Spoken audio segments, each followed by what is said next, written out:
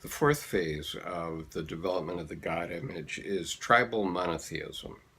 Now, in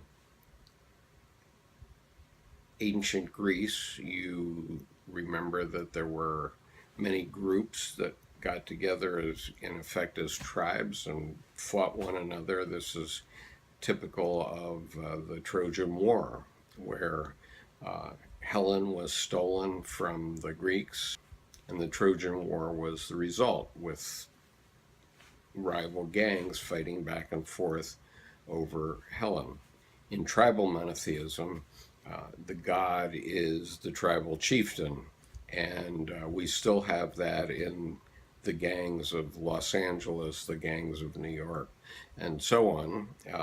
There are tribes, and there are other tribes as well. There are not only bad tribes that want to fight one another and endanger the rest of us, there are also good tribes, tribes like the U.S. Navy, the Marine Corps, the Army, your local football team, where if your favorite high school quarterback is winning, he becomes a kind of mini god within the high school. And the same goes in college. And so in any group, you have a tribe, and very often there's one person that ends up emerging as the leader of that tribe, whatever it may be, and everybody knows what that tribe is. For example, I served in the U.S. Marine Corps, and all Marines understand one another very clearly. We understand a hierarchy and who's in charge at every minute. And there's no one that can break that. That's why the Marine Corps has a reputation for being so strong. And others simply don't understand it. They can't understand it. They don't know how we were trained. They don't understand the bonding that takes place among Marines in various situations.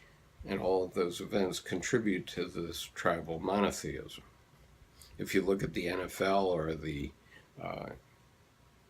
football leagues, the FIFA leagues of Europe and the Middle East, you understand what tribal monotheism is, because the rival cities are very emphatic that their side should win in all of these games, and that's really the way tribal monotheism works.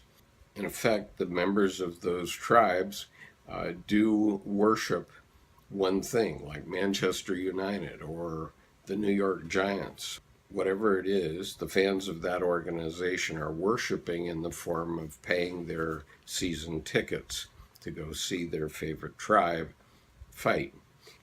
But remember, in Jungian psychology, the only people that are having an authentic experience there are the people that are on the field.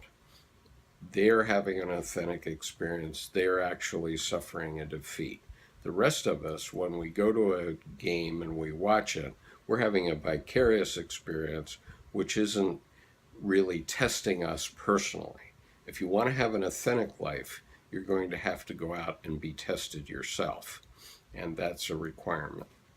In a religious context, tribal monotheism reached its apogee in Judaism, where God, Yahweh, made a covenant with his chosen people.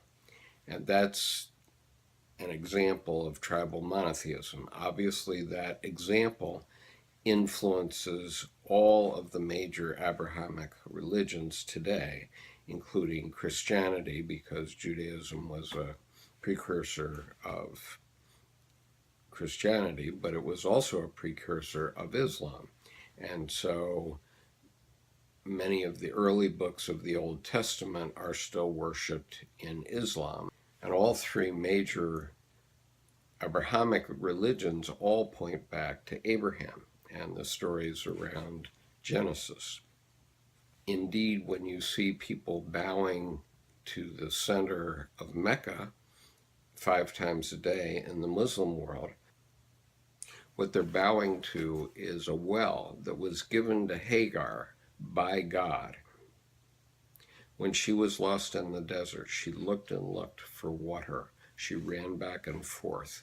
And her running back and forth is actually reenacted every year in the Hajj. But ultimately, after running back and forth 7 times by tradition, she found a well. And that well was a miracle from God to Hagar. And Hagar was Abraham's slave by whom Ishmael was born. Since that time, that miracle when God gave the well to Hagar, there has always been water in that well. And so to this day, you'll find people coming on Hajj, their once-in-a-lifetime pilgrimage to Mecca, carrying back to their own countries large 5-gallon cans of water from that well because it's considered sacred. So I've been many times in baggage claim in international airports in India, Pakistan, Bangladesh, and other Middle Eastern countries, finding people bringing back 5-gallon cans of water in their checked baggage. But all 3 of those religions had their origins in this tribal monotheism of the Jewish religion, in which Yahweh designated the Jewish people as his selected people.